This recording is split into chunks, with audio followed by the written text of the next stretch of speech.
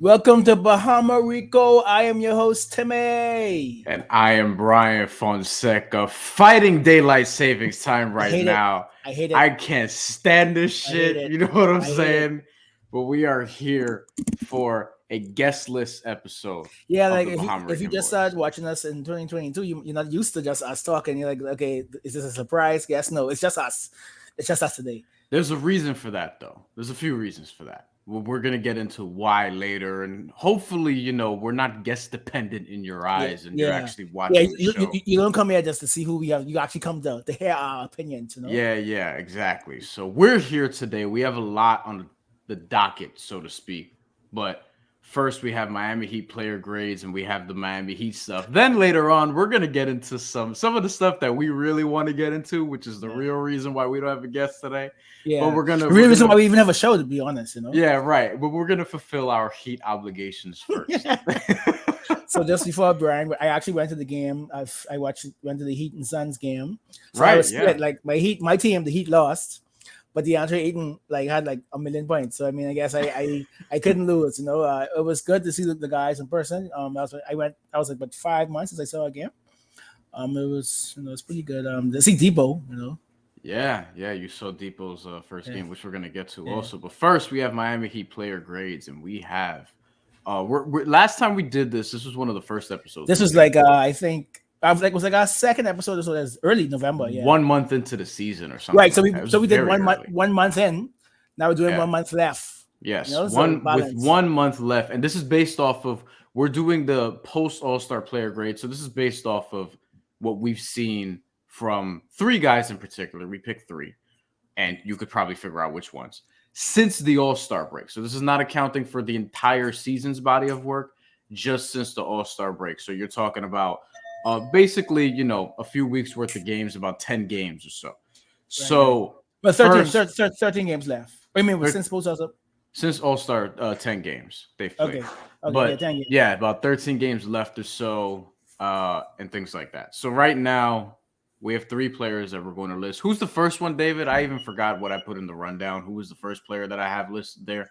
We're going to start with him. I believe it was Bam Adebayo.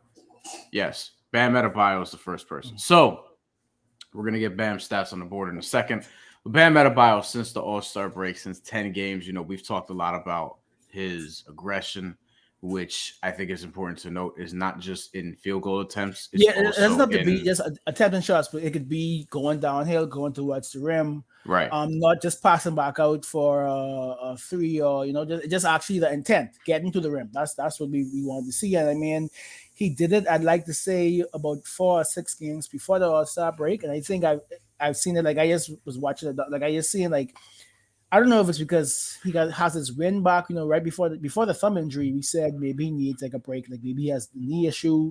He played in the Olympics in the summer, so maybe he just need to get his win back. But like these numbers here, remember back in the day before there was this Twitter or this internet, you would base a good big man on 20 and 10, Yeah. and you both and you would and this will come up on the next player. You would use 25 and 5 as a good shooting guard, and it's good. And spoiler alert, he'd have like basically two players doing that.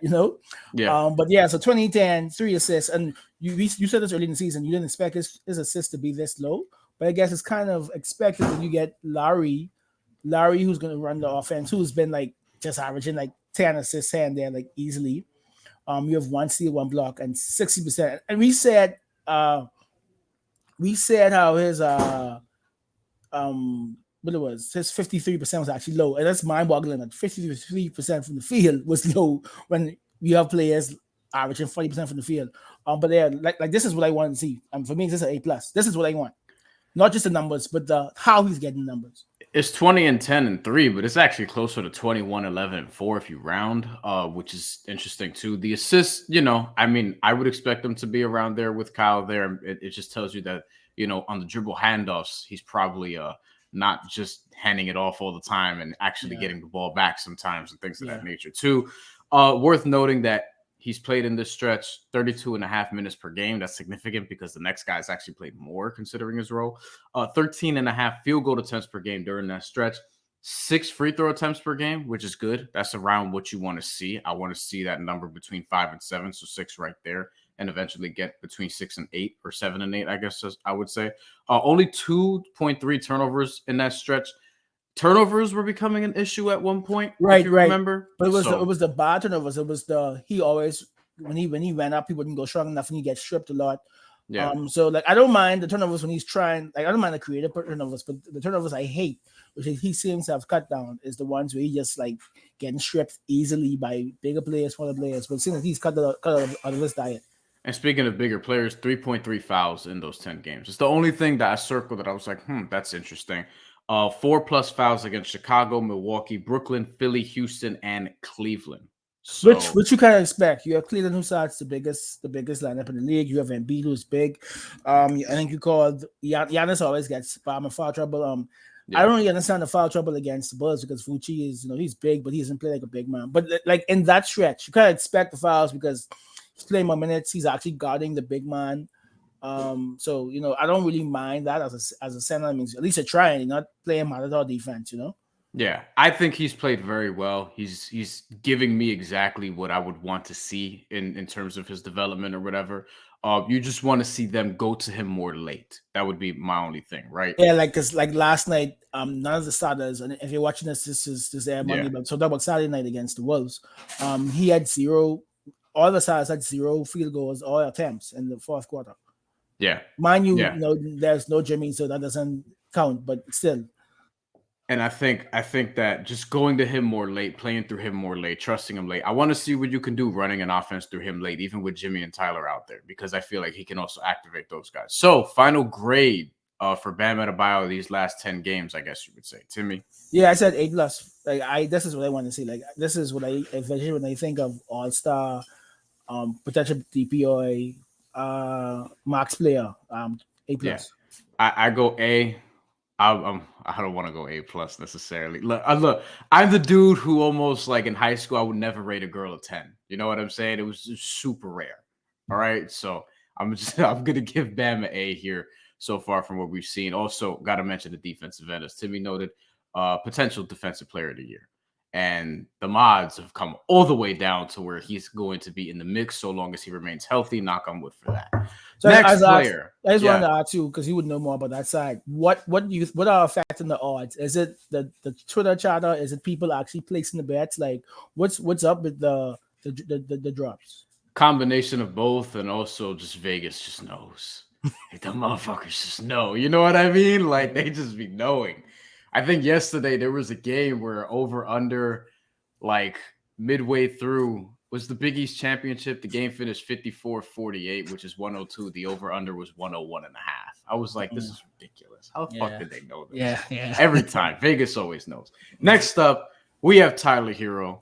Boy wonder, bucket getter. He is averaging 25, 4.5 rebounds, and over 3 assists since the All-Star break. 25 points a game. Right. 51% shooting from the field, 47 from with three, with the most healthy free throws. team, really and truly. So it's not like he's feasting on a skeleton crew. So in this stretch, he's averaging more minutes than Bam is. He's at 33 minutes per game, 17.8 field goal attempts per game, 3 30-point games, one against Milwaukee, one against Houston, and then last night against Minnesota. Only one game with less than 20 points. That was against, or fewer than 20 points. That was against Phoenix. So Timmy, Tyler Hero, what have you like? This is I might give the A+ here. I ain't gonna lie to you. Yeah. Again, but like, what are you seeing from Tyler Hero? So I mean, all season, 24-4, which is basically like the 25-5. So I've always been confused. Like, yeah, we want to trade him eventually for someone better, but Tyler's only like 22, 23. He's putting up what you would want a shooting guard to put. I saw on the timeline there's been, is he really a 6-man? Because he's playing 30 minutes off the bench. I mean, it doesn't matter. Like Jamal Crawford and Jason Terry and Lou Williams, they played like 35 minutes off the bench. It doesn't matter. He doesn't start. He's a 6-man. When he gets his contract this summer, he's probably going to end up starting next year if we trade Duncan Robinson. But I think it's a combination of the team actually trusting that, okay, he is maybe one of the best 3-level scorer on the team. Like he has a mid-range, he has a floater. He takes threes that he has no business taking, and he still hits them at an insane clip. I don't like the water's his. Like I'm gonna start the campaign. We remember what happened with James Harden. He won 6 Man of the Year, Thunder. Then he started starting, and he became like a all-time god. So we might this might be the launching pad where we see Hero go from the bench to start next year and just like putting up insane numbers. And maybe people becomes the 6 Man next year. But like I said, yeah, like the splits, which is 51, 47, 84, like that's what you expect from a high volume shooting guard. I like the rebounds. I like the assists. Like I just think Hero is it. I think now we just gotta hope he doesn't get schemed off the floor. But like he said, like last year he didn't have the floater. Like if the mid range wasn't working, the three wasn't working, we was in trouble. But like I even watched, like I said, I was in person for the game against Booker, who was basically his idol, and I saw them tripping each other, blocking each other. And even though he had 17, he should have had like at least 22. I watched three layups just like bubble out of the rim, and to see him go in a bucket like that, like, and yeah, man, I'll put another A++ just for Tyler. I'm gonna go A. These guys. I'm gonna go A. Now I think I'm wondering, like, I don't expect him to stay at this 25 point per game level for the rest of the season, though that would be nice. And you have the schedule there that sort of like it could set that up, right? Because the schedule is pretty light the rest We of the basically have the 28th hardest schedule based on yeah. so yeah. So with Tyler, I think, and here's the thing that's interesting, right? 17.8 field goal attempts per game in 33 minutes. He, per 36 minutes, is leading the team in field goal attempts. So he's coming in, he's getting the green light right away. What I wonder is like, okay, just how everything looks in the playoffs. And I feel like we still don't, like, we have ideas, but I still want to see, as simple as it sounds, him play with Jimmy Butler and Kyle Lowry and Bam Adebayo more. Like, I just want to see them close more games together because we barely seen it. Like, people have freaked out about, oh, they lost to Milwaukee by 1. Kyle Lowry wasn't there. They lost to this team and then Minnesota, that went haywire. And it's like, yo, we have not really seen those 4 dudes close out games together this 74 year. minutes together, I think, for the whole. That's insane. That's a game and a half. And how many of those are in the fourth quarter? For a game and a half in the 82 games, well, no, it's been 67 59 games. We've only seen the Heat's 4 best players together for 74 minutes. That's absolutely insane. Yeah, so we haven't seen them still, and it's like we're in March, so it's like I just want to see it, right? I just want to see what it looks like. I think it's going to go well, obviously, but I just want to see what it looks like. That's really it. Like, that's all I have to say. And Tyler Hero's making a leap. He's still look, if he's going to keep this up, then that's about what I thought would be his best case scenario. So if he's going to exceed that, then yeah, you're going to be I remember in the max neighborhood territory or first something week of like the season. You said you didn't think he's going to average 20 points this season. So we have 13 games to go. Did I? Yes, you did. Okay, I can find it. I had it because I had him at 18. Yeah, right. I said had him at, well. said, in fairness, if you had told me a bunch of guys had been injured, then I probably would have said he'll get 20. I expected a healthier season all around. I don't know why I expect that, because now I'm predicting injuries at this point. Yeah, like, I'm like, oh, this guy's gonna get hurt, whatever. So yeah, that's another story for another day. Next, we have Jimmy Butler. And this is the last player we're going to review for now, because we're gonna have a probably grades full episode at the end, probably bring on a guest or two. But Jimmy Butler has played 7 of the 10 games since the All-Star break. So 19.6 points, over 4 rebounds, under 3 assists, 2 steals. Counting stats, not great. I mean, not great by Jimmy Butler standards. And the shooting split's not great by Jimmy Butler standards. 43, 22, 75 on about 10 free throw attempts per game. He is hitting 75%.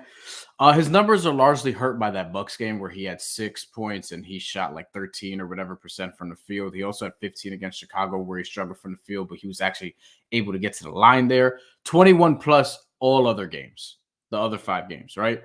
Struggled from the floor against the Bulls, the Bucks, as I noted.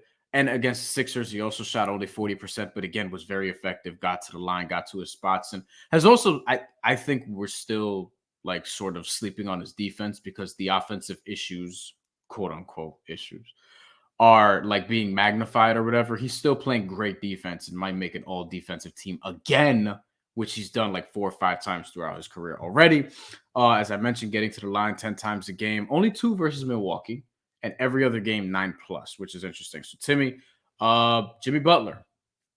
So I'm kind of torn because these numbers, if he as a highest paid player, it's like, but then in being optimistic, the two players ahead of him are the future, Bam and Hero. Mm-hmm. Like, so we expect that by next year, even at least 2 years, but even next year, that Bam and Hero become the two best players in the team, and Jimmy takes a third man approach. So I'm split. Like, if Bam and Hero are doing this, we're winning games, and Jimmy is only doing this, I'm kind of okay because Jimmy, with his not workload, but just how he plays, might be better suited as a third option, focusing on the defense, doing the little things. The 22% of threes is like heartbreaking because like, oh, that's ugly, that's Westbrookian. The 43% from the field, like you're not used to that. Like you're used to him being at least a bit more efficient. And the free throws, like Jimmy just doesn't miss free throws. So seeing that 75% is kind of disappointing. That's why I'll give him a B. And like I don't care about the 19, 4, and 3 too. Like that's pretty good as a shoot for the how he plays. Like he doesn't shoot threes. Like to get 19 points in this NBA without being a 3-point shooter, you are a star. Like I'm not even gonna argue the superstar thing with Jimmy. But yeah, give him a B just because of the percentages. Like I hate to see him take a 3 when it's like 24, 22, 20 seconds left in the shot clock, or like at the end of a game. Like nobody, we have like a lot of better players on the team who could hit a 3. So yeah, like I give him a B. Like I'm not worried. I'm not worried. I do think I think Ethan Rose discussed this. That he's never played good against the Bucks ever in his career. So it's not they have last 5 on the floor. Yeah, they have his number. Like you cannot run for that. The Bucks have Jimmy's number. So it's gonna take a Larry and a Hero to really elevate this team when they neutralize Jimmy. I think it's a combination of Wesley Matthews, his old roommate who just knows how to guard him. The length of Giannis and maybe Middleton doesn't really play that good defense, but yeah, and I think the biggest issue is too, Jimmy is able when he switches on the guard, he's able to back them down. The Bucks don't play small guards. Drew is 6'4", Middleton is 6'7", George Hill is 6'3", Wesley Matthews is 6'5".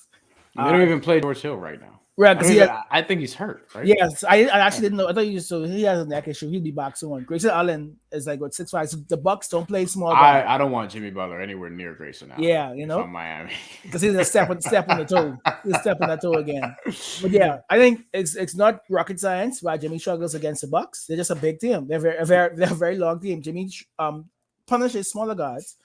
But like I said, the smallest guard on the Bucks who gets minutes is Drew Holiday. Drew Holiday might be at worst the third best perimeter defender in the NBA. Like, so he's also like 210 or something like that. Like he ain't a small 6'4". You know what I mean? Yeah. That dude is. I don't know if he's 210. I'm probably adding like 10, 20 pounds, but he's clearly like he's a big dude, and you're not just posting him up, right? Right.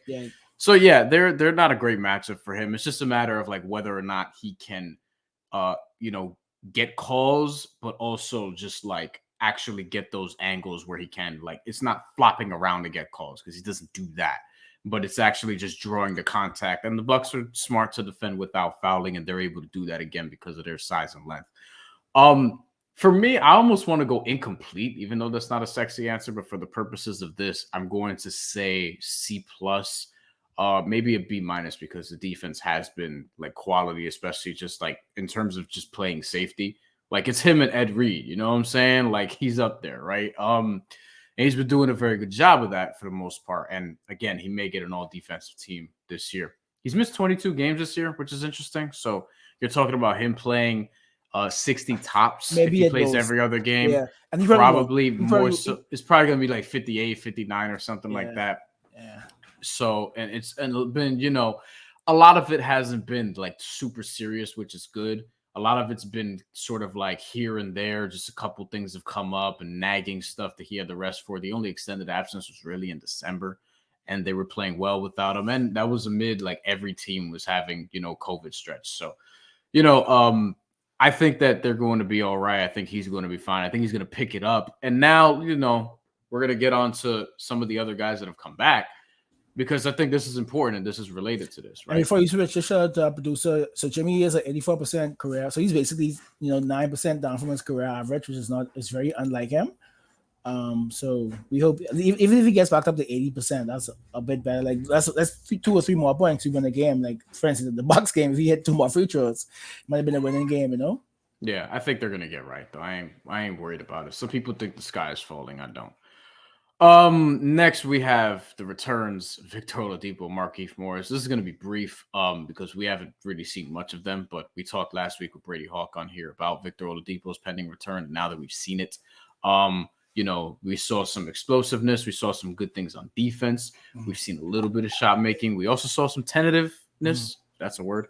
Yeah, especially Hesitation, rather. the game I was too Depot, and I'm exaggerating. He picked up a dribble at least 5 times. He would get to the free throw line and he would pick up a dribble and try pass out, and that's where the offense stagnated. Two dribbles, pick it up, turn around, look for Yeah. somebody else. Yeah, Pivot, there were a few yeah. times I've noticed that he picked it up too He early. looks But amazing on defense. So like Yeah.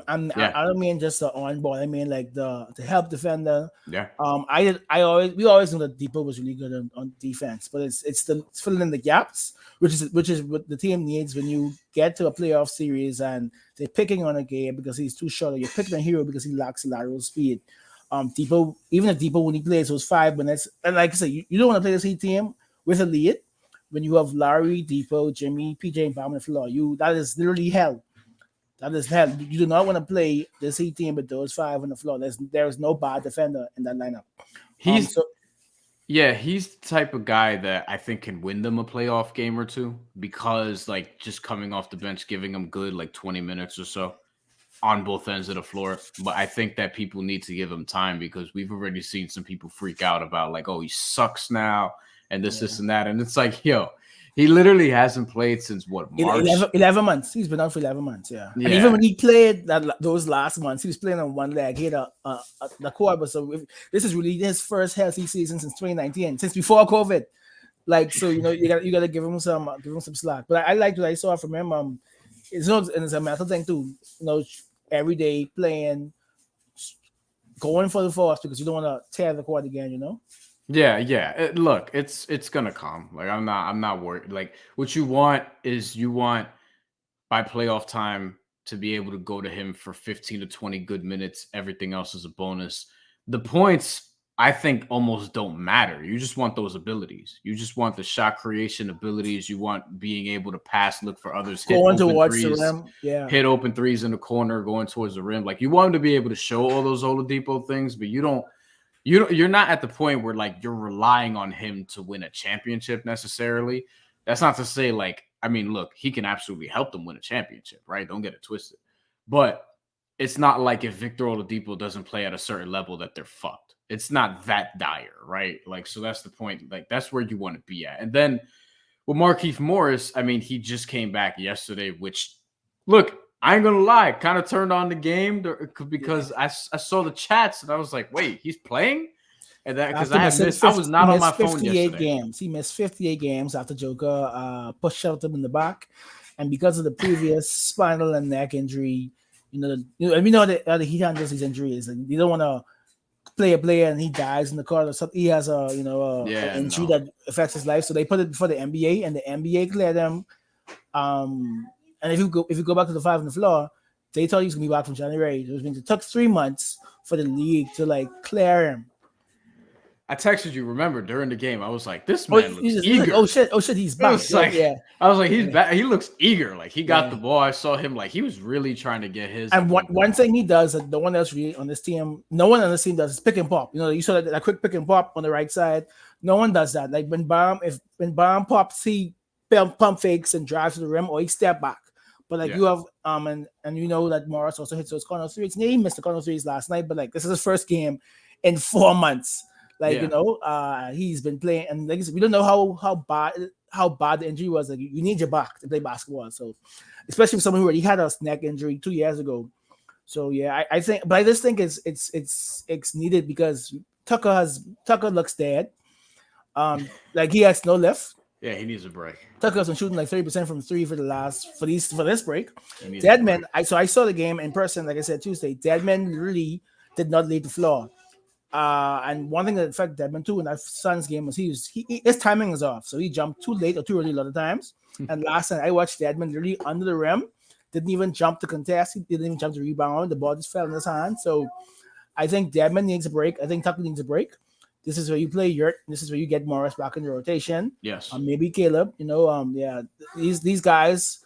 And we said this early in the season, because of the injuries, because of COVID, they have been playing more than they used to.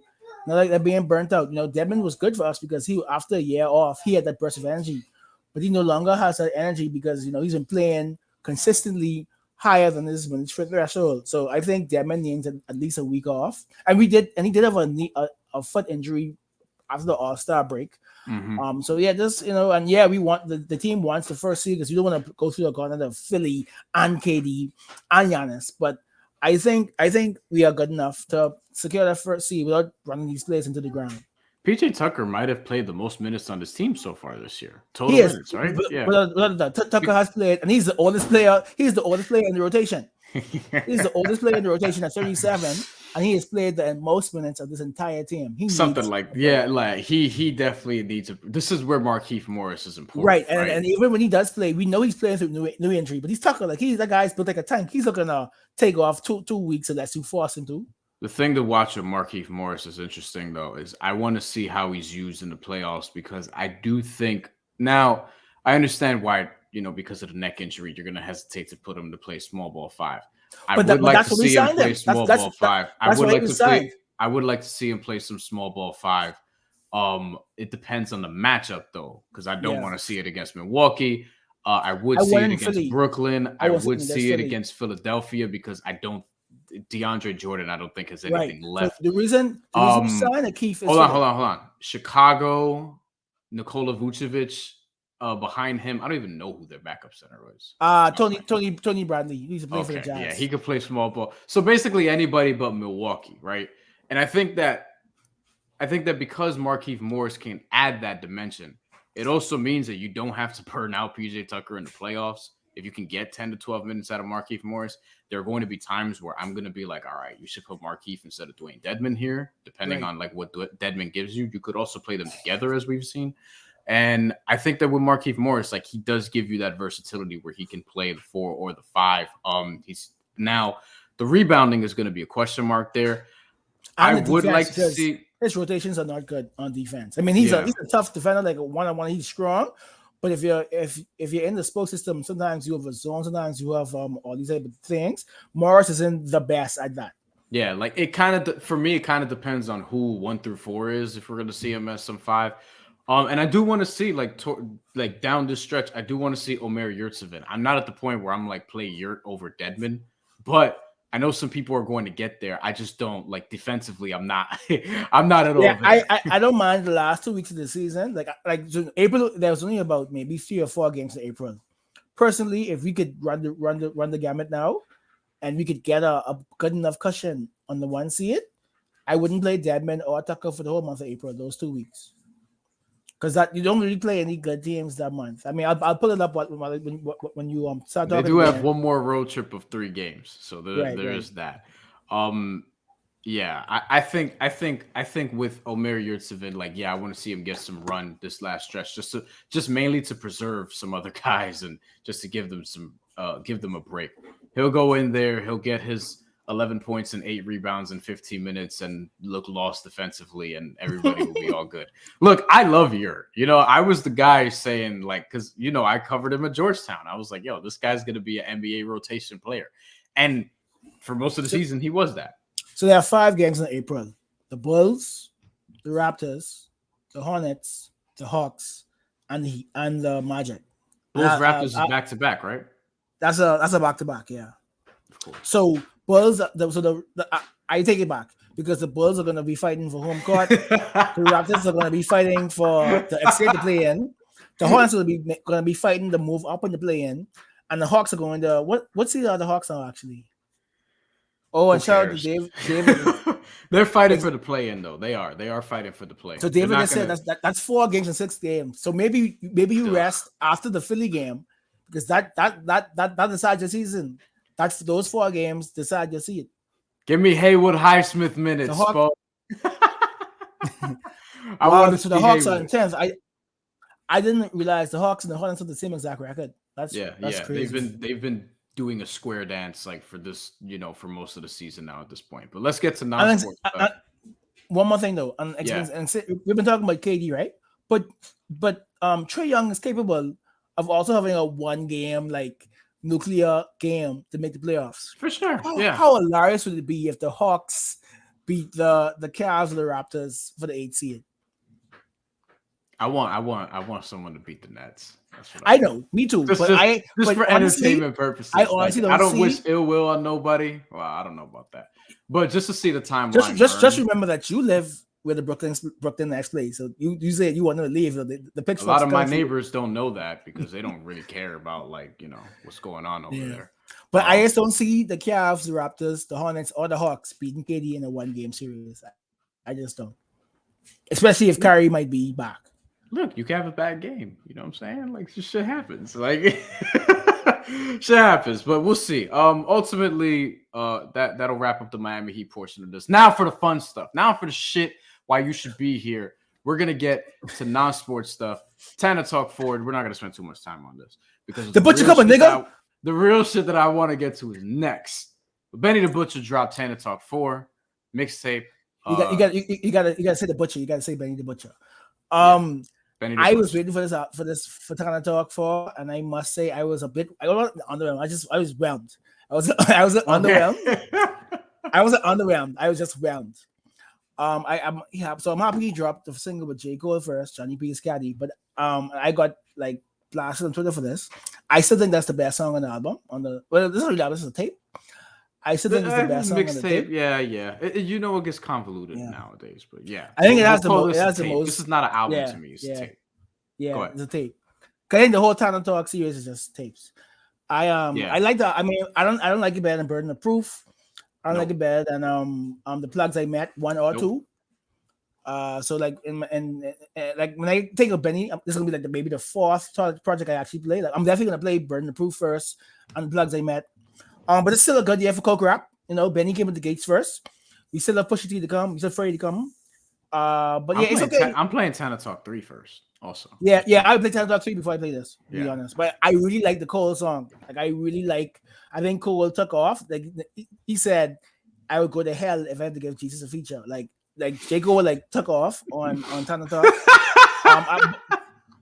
Right. But I really after I tweeted that I think this is the best song, I got blasted. But I will say I do enjoy Thoreau's Revenge. And I think the next song and the 10 more, I always like when Diddy shit talks. So 10 more commandments with Diddy at the end is like, especially for like as a New York guy, they had Diddy on a Buffalo guy track. Is like that means you arrived. But yeah, it was cool. I played it 4 times just to really sit with it. I'm not gonna play it, and I do like the song with Boldy James because I just love Alchemist beats. Yeah. So yeah. Yeah, I mean, look, I'm going through the track list again because I did hear it a second time. But it just didn't grab me in the way that Benny projects usually would. And I'm kind of getting to the point where it's like, all right, Griselda, this is kind of what I was concerned about a few years ago. Right? It sounds the same. All right, now what's the next sort of gear of this? Now I feel like we saw a lot of growth in From King to a God, Conway's album, and then Burden of Proof, Benny's album. Right. Where we saw some better song making, structure, et cetera, et cetera. I'm going to give him a break because I didn't love Conway's last project either. I thought it was all right. So I actually, and then this project too, this is a mixtape to me. So I kind of feel like these are just stay busy projects until we get to the album. So because of what you and Tony said, I actually listened to La Maquina yesterday after listening to Tana Talk. And I didn't know that Westside left Griselda contractually. As of February 21st, Conway. You're breaking news to me. Yeah, Conway on February 21st, Conway officially left Griselda but they asked Benny about it last week. He said, well, he's Griselda, but he's in Griselda. He's a part of the gang. He's Griselda. But contractually, Conway is no longer signed to Griselda. So that's kind of weird. And Westside and Conway are brothers, and Benny's their cousin. Yeah. And they always thought that Conway and Westside created Griselda Records, but actually Westside is the sole owner of Griselda Records. So now Conway is a free agent. So after trying to build up drum work, probably. So yeah. So I listened to La Maquina. It was, yeah, it was cool. Yeah. Look, high bar, because we love Griselda over here, Yeah, right? yeah, Love, yeah, but I'm just like, and Conway and Benny especially, yeah. right? But I'll see when the albums drop, right? But Like, I must say that this is a good appetizer because like we talk about the trilogy of co-rappers Freddie, Benny, and man, what else did you want to say? The trilogy of co-rappers Pusha, Freddie, and Benny. This is a good appetizer for whatever we'll get with Pusha and Freddie. You Freddie know, said he's coming in June, so so separately. if Freddie is in June, I think Pusha's gonna drop before summer. I I think. hope so. Yeah, I mean the singles. I think Push may drop like maybe next month. And this isn't Coke rap, but Kendrick, what the fuck, man? Where you at? Yeah, so I, Like, I really expected Kendrick to drop a single during Super Super Bowl, Bowl, but he, yeah. he, he didn't. He But performed. but He he's performed but like he's headlining Rolling Loud, which is in June. He's not going to headline Rolling Loud without another album. I, I So, hope not. so But Brian, evidently, as we saw with the Super Bowl, he could just perform his hits. Like so Brian, is he already a legacy let act? me give you how long it has been since Dam was dropped. 5 Dam, years. Dam dropped before Zai was born. I went to I went to Dam concert when Zai was It's like Timmy's daughter, for two, people who don't know. 2 months. By Yeah. the time Kendrick drops again, my child will turn 5.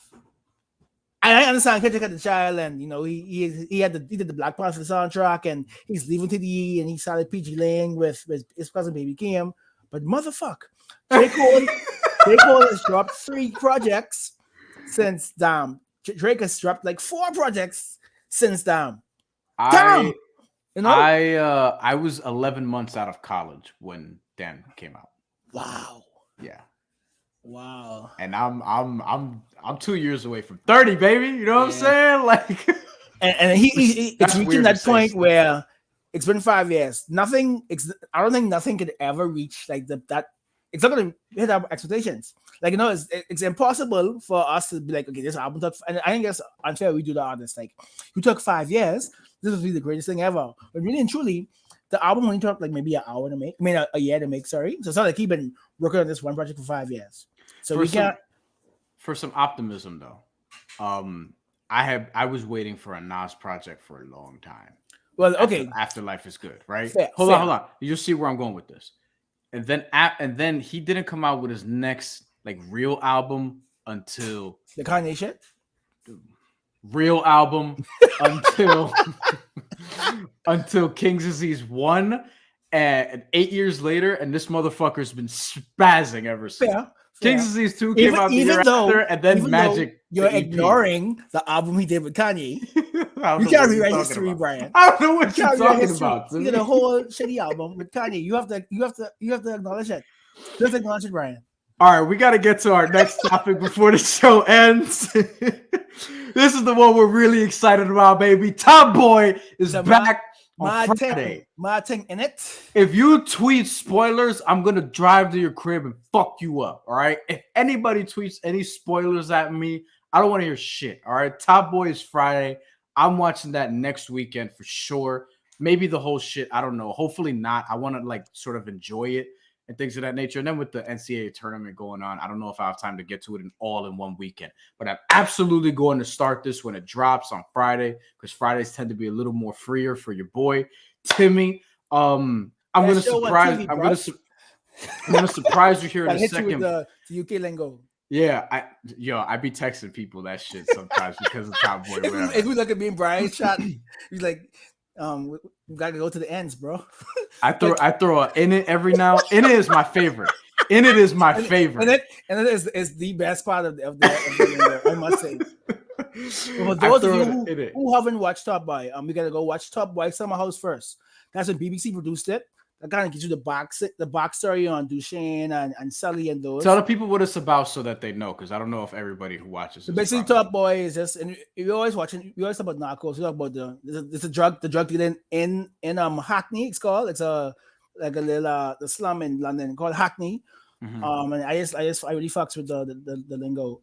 So Summer House takes place. It shows you how Duchesne and Sully really got into the game and what they did, and then Drake put some money behind Top Boy. So you might see it as Top Boy season 2, but technically for us it's season 4. Yes. Because like so, Some House was the prequel, and then Drake put some money behind it, and he became the EP, the executive producer. And Top Boy season 1 introduces a new guy. I can't remember his name. The new guy who was a top boy while Dushane was in Jamaica, and suddenly was like kind of getting his life back together. And yeah, man, if you watch the trailer, you can see that the plug isn't happy with Dushane. Because Dushane came back and like basically railroaded her new Top Boy, and he is like, I'm back. And spoiler alert. Spoiler alert. Yes. The drug dealers, the addicts you saw through season 1 are revealed at the very end of season 1 to be undercover either FBI or CIA or whatever, I guess, whatever they got. So now we know that the law is coming after Dushane and Sully. We're gonna see maybe a power struggle between Dushane and the young Top Boy, because of course everyone wants to be the king. And I just think it's incredible that Drake is going to be in this run of. He had Euphoria, which killed social media, which HBO, and now he got so he has basically the best American teen show out and the best drug show in the UK right now. So I mean, shout out to Drake putting this money where other places. For people who have seen The Wire, this is basically The Wire in London. Okay, yeah, that's what this. That's a very accurate way to describe it. To really simplify it for people who have seen The Wire, or is basically the Snowfall version in London. That's all. Sure. Yes. The Wire is Baltimore, Snowfall is LA. Now you got Top Boy in London. I mean, come on, the accents. Like we watch so many American programs, and US suits that, but it just makes it that much better and raw when you hear these accents. I have a surprise for you, Timmy. Before we get out of here, we're excited about Top Boy. I have Top Boy this or that's for you. Oh, okay. Okay, let's go. Because I've been putting, we're gonna probably start calling this the Gauntlet, the Bahamarican Gauntlet or something like that, where we put other people through this. I'm putting Timmy through this today. Go ahead. We're putting like Brady Hawk survived, Alana, she did all right, Ethan killed it, Greg killed it. Greg gave us a whole fucking verse. Okay, that was Royal says I'm a pain freak. You know what I'm saying? Like a lot of people at this network, they have survived this. So now, Timmy, you're going to be tested with this. This is Top Boy themed. We're just going to hit you with a few. The first one and the most important one. Spoiler alert. Spoiler. This whole shit is spoilers, all right? This whole shit. Spoiler alerts. Do you think Driss is dead? Yes. I still don't know, yo. I think so. I kind of hope he isn't. I kind of hope he's still with us. Yeah. Okay. Are you team Jamie or Dushane or neither? I just like Dushane, man. I fuck with Dushane. I like when the protagonist, as every turn he cannot win, and he still beats the odds. And so I'm with Dushane. I like Dushane more. I'm more sympathetic toward Jamie. I understand what Jamie's going through, but I still fuck with Dushane. I kind of want them both to be on the same side of shit. That's what I want. Every time Dushane goes and teams up with him, I'm like, come on, Jamie. You know what I'm saying? Like, yo, just do it, man. Just help him out, whatever. Character you're most happy to never see again, Leighton or Modi? I hate Modi. I mean, I understand that Modi in real life is Dave, the artist. Yeah. I found out, but I hate Modi is a very creepy motherfucker. Like I don't want to see Modi anymore. I'm sorry. He's a detestable fucking character. Yeah. So shout out to Dave being such a good actor that I fucking hate his character. Dave, my album of the year for 2021. We're all alone in this together. Great album. Check it out. UK artist. I hate Modi, and I'm glad. I hate Modi. I hate him. Is there any other characters you really hate on that level? I hate Leighton too. Pissed me the fuck off. What's the dude that who suddenly kind of raced and died? The kid. Jem. His name is not Jem. Jason? Jason. So I was like, for some reason I didn't hate him. I just didn't really care about the character. Oh wow, that's fucked up. I know, right? Especially considering how he died. Damn. Yeah. Characters. So you mentioned the distinction between Summer House and this new version of Top Boy. I'm glad you did, because this goes right into this one. Character you wish you could see again but can't. Jason, who I just mentioned, who will not be your choice, evidently. Renelle or Rihanna? Rihanna. Yeah. Yo, I ain't gonna lie. Kind of like how I felt about Isabella and Narcos Yeah, Mexico. like where I'm is like, she? yo, Yeah, why is she not in the show no yeah, more? You know yeah, what yeah. I'm saying? Like, but I don't know. She ain't there, but whew, I ain't gonna lie to you. Character you're most happy to see again. There's a lot of names here. You can rank these. I Yeah. think you should rank these. These 7 people I'm gonna throw at you. Okay, Okay, okay. Lizzie, Jermaine, Sully, Duchesne, My answer Sully. I don't care what else you say. My answer Sully. Jamie, Shelly, and Jack. I'm not gonna rank them because Sully is my guy. The answer is Sully. Do you know that Sully raps in real life? Yeah. Kano. Yeah, yeah, yeah, Yeah. yeah. Sully's my guy. Sully's my Yo, guy. I Duchesne. mean, Duchesne is my number 2, but I really fuck with British Sully. rappers. And my number 1 is Jack. I love Jack. Yeah. You know what I'm Okay. saying? Yeah. Like, Yeah. I understand. I understand. like I love Jack. She probably became Jack my is favorite character. the one who reminds me of Snoop from The Wire, I guess. Well, I mean, yeah, but you know. Yeah, I know. Okay. Yeah. Moving on. Yeah. I love Jack. Oh, here we go. What is most likely for Jack? Most likely ending. Does she run shit by the end of the show, or does she get capped this season? I think she's gonna die. Just something make me feel like she's gonna die. I don't know. Especially watching the trailer, like yeah, I think she's gonna die. I kind of think so too, and I don't want that to Yeah, happen. I don't want to die. Like I don't want that to happen to my girl. You know what I'm saying? Yeah. Like. I don't want that to happen to her because I feel like did I send you the Reddit thread where they were saying she could be top girl? You know what I'm saying? Yeah.